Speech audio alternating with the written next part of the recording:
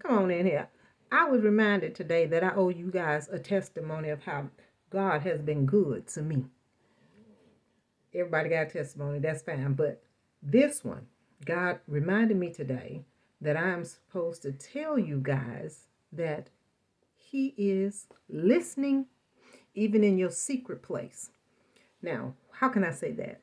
Because the fact is, when I was bit by that bat years ago, thank God I'm still here, I didn't want a healing because I had been healed a couple times. It's like almost, how many times do you have to get in line before you say, God, well, if you already know and you're going to already heal me, then go ahead and do that. And he said, that's not how it works. You have not because you ask not. And I said, well, if being with you is a good, great, and wonderful thing, why do I need to be here? So me and God, we just going back and forth because I'm like, okay. At some point you say, you know what? All these people around me need healing. Well, you don't know their heart. Okay, God. I mean, but how many times you going to heal me? How many times is it ethical to come before the Lord and say, okay, it's me again. Can I get another healing? He healed my face from Bell's palsy. I mean, just I can go on and on and on and on. And maybe I should one day. But today I'm reminded to tell you guys, be careful what you say in your secret place. Now, me and him going back and forth, and I wasn't trying to hear nothing he was trying to say because he was telling me, live and not die. You shall live and not die. And I'm like, I ain't trying to hear none of that because I couldn't even breathe. I was really in a real bad state. Those who've been following me already know some of the stuff. I never really let people know the fullness of what I was going through. And I promised him I would tell y'all one day if one day showed up. But I forgot, and he reminded me today. I was telling him I don't feel right asking for a healing because I've had so many. I don't feel right asking for a healing from God. Imagine that. He said, what am I, chopped liver? I said, all I'm saying is, if it's so good to be with you, why do I need to be here? Because in my mind, this is hell and we on another plane that people don't even understand, or what they're looking for is already passed. But that's a whole nother thing on what I believe. And so I'm just going back and forth. I was not giving in that he said, why don't you ask for a healing? I said, I'm not. I am not. God is my witness. I am not asking for a healing. And so at that same minute, me and God going, I'm in my private place. He said, go to your secret place. Tell no man nothing, but go to your secret place and tell me everything. Ask me anything. And I will give you the secrets that I did not give your mother or your father. Get in your word and know the word so you can speak the word and talk to him about it. But that ain't this and this ain't that. So I'm saying that same minute, my daughter knocks on the door, the youngest one. Her and God got a connection like this, baby. She said, Mama, Mommy. When they get to put that baby voice on, they say, Mommy. I'm like, what, honey? God said, why you won't ask for no healing? You don't love us? You don't want to be with us, Mommy? I said, mind your business. I was in the bedridden almost. I was bedridden, wasn't no almost. Told her shut the door. I'm like, it's like that? It's really like that? That you would send her in here on me? And my heart was like broken, wrenched, and felt semi-rejected. This is my truth. And so I said, okay.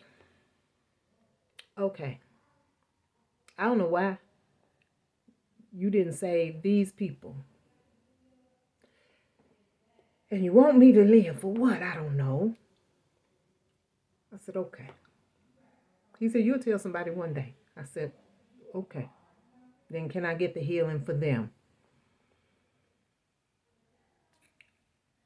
Can I have the healing for them? He said, ask me properly. I said, okay, I want to live. I want to live.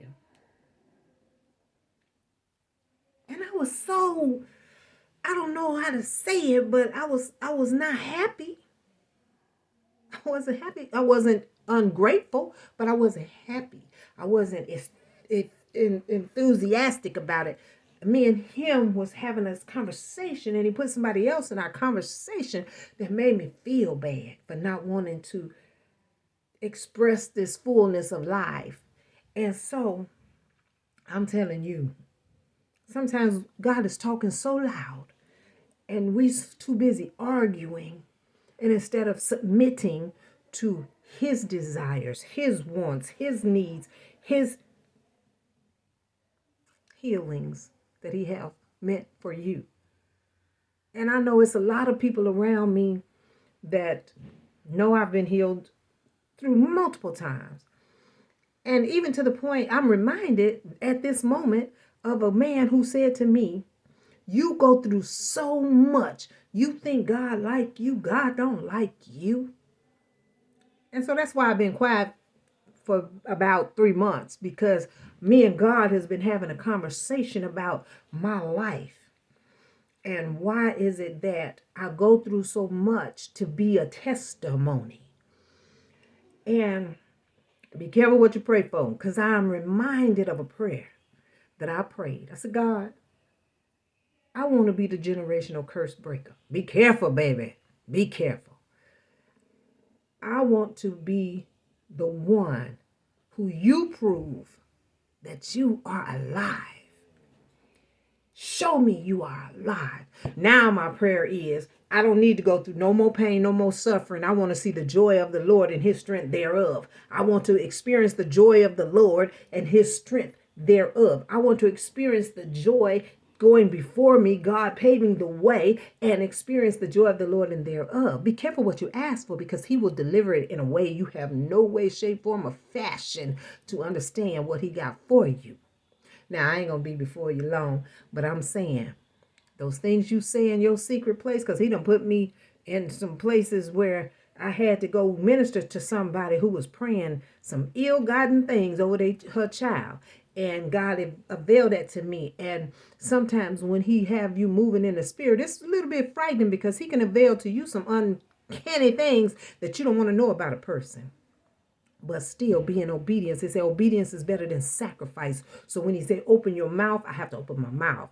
When he said be quiet, I have to go be quiet. When me and him are talking in our secret place, baby, you might not see me for a few weeks or days. That's why I have been alone, because people want that attention. And when I'm giving it to him, it's kind of hard giving it to y'all. But I love y'all, each and every one of you. And I would just want to say, get in your secret place and listen.